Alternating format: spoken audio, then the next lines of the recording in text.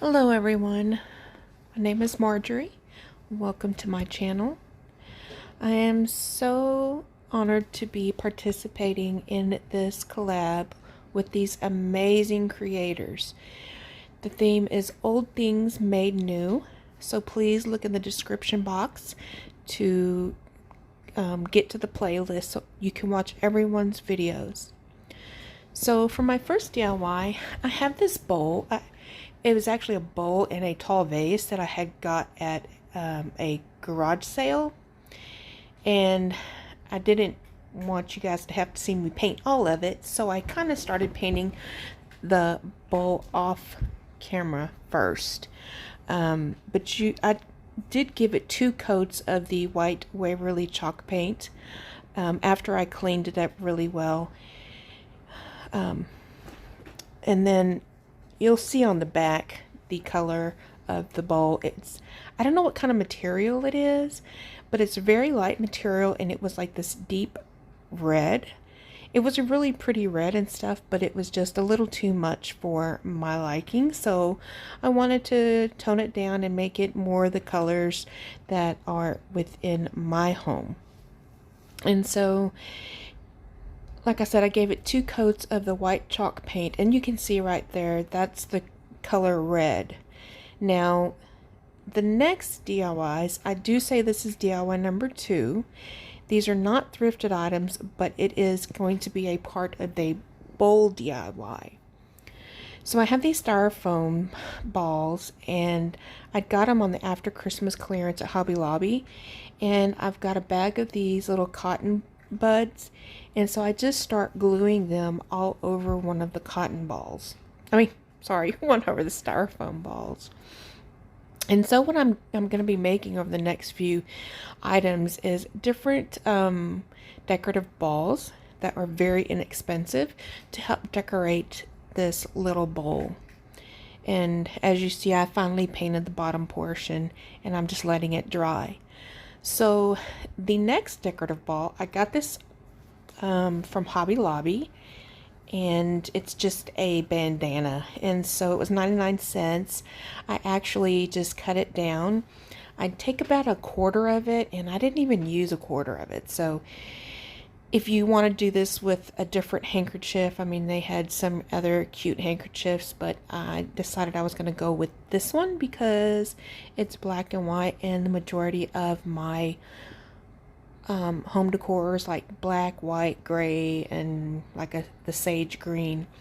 So I take another one of the styrofoam balls and some Mod Podge. Now, I don't remember the exact title of this Mod Podge, but it's like an extra hardening Mod Podge. So it makes the fabric, while it typically Mod Podge makes it harder, when this had dried, it was really definitely a whole lot harder and more firm. It was not going anywhere. So I really liked it. This was kind of a messy project because you're getting the Mod Podge everywhere, but I like the outcome of it, and it was worth it to me.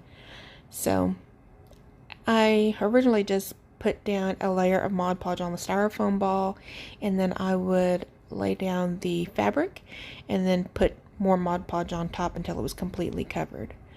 Now for the third ball, I'm actually taking some jute cord, and I'm going to wrap the entire styrofoam ball with this, and that will be just another decorative piece. So you guys, I have to tell you, this little jute cord holder, the scissors and the jute cord, I actually got it at Hobby Lobby.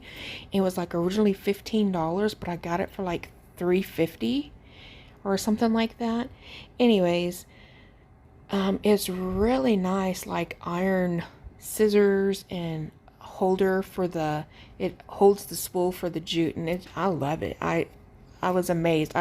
It was a great find.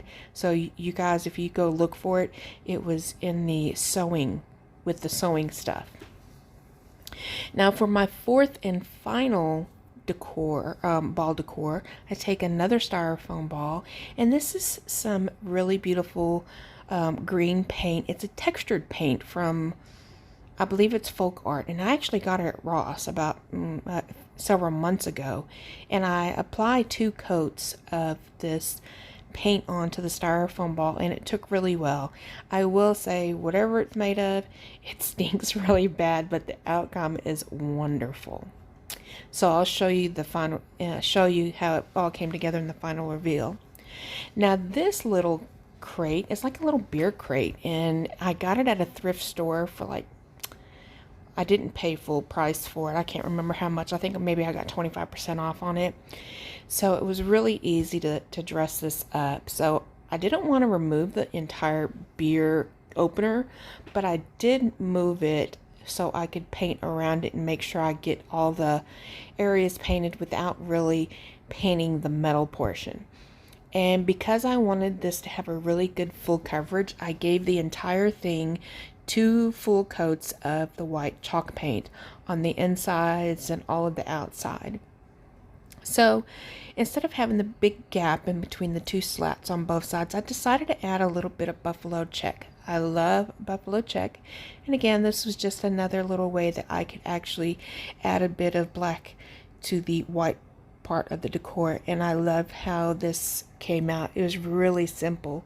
And then I just dressed it up with a couple of white and sage green bottles that I had created in another project, and I decorated it with that, which again you'll see that at the end of the video.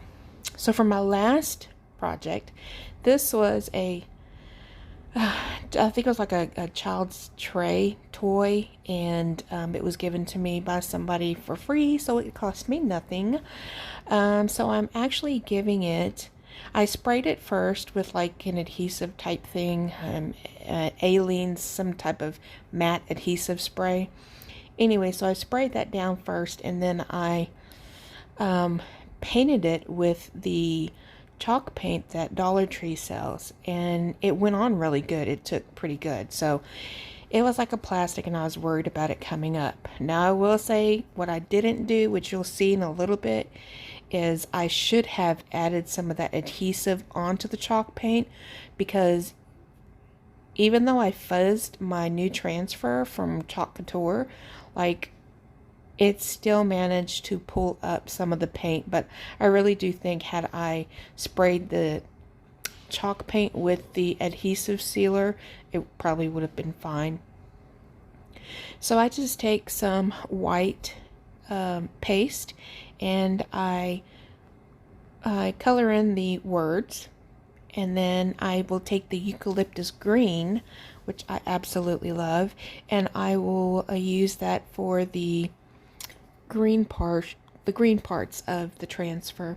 And I love how it turned out. But you guys, after I got the final reveal picture, I was moving this, and I dropped it and it broke. Ugh, I was so heartbroken because I really loved how it came out, because you'll see, but it had because some of the paint came up, it gave it like an extra rustic kind of look to the words and stuff. But for the black paint, I did go back in and just add in some more black paint and touched up the areas. But see what I'm saying about the words? It looks so faint and rustic and more farmhouse-ish, at least to me. And so I really love the way that turned out. And then I thought it was still missing a little bit of something, and so what I decided to do is actually take some of the white chalk paint and go over the top edge around the little tray. And y'all, it was so gorgeous.